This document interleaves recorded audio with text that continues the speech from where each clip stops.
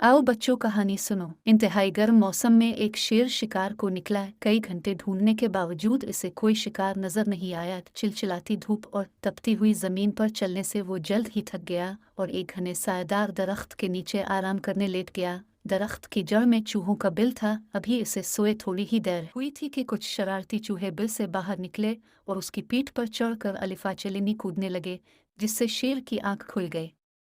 चूहों की इस हरकत पर शेर गुस्से से गराया, जिससे खौफजदा होकर सारे चूहे भाग गए, मगर उनमें से एक चूहा पीछे रह गया, जिसे शेर ने लपक कर अपने पंजे में दबोच लिया। अभी वो इसे गुस्से से मारने ही वाला था कि चूहे ने गिड़गिड़ा कर कहा, "ए जंगल के बादशाह, मुझ गरीब पर रहम कीजिए।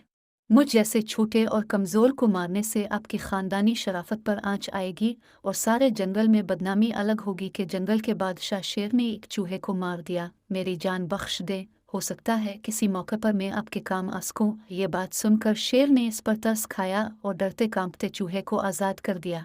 कुछ दिन बाद वही शेर शिकार के लिए जंगल में निकला। शिकार की तलाश में फिरते हुए वो शिकारियों के लगाए हुए जाल में फंस गया।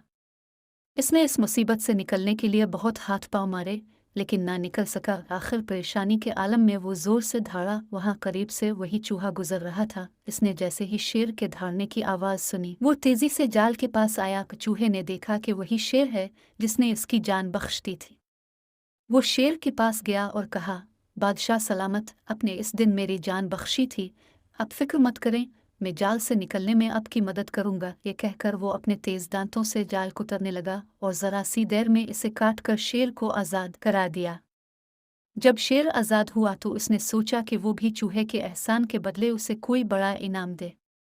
ये सोचकर उसने चूहे से कहा, "ए दोस्त, तूने मुझ पर एहसान किया है, इसके बदले जो तू मुझसे मांगेगा मैं दूंगा। बोल, क्या मांगता है?" चूहा ये सुनकर खुशी के मारे फूला न समाया और भूल गया कि वो अपने लिए क्या मांगे और कौन सी ऐसी चीज़ मांगे कि शेर उसे दे भी सके।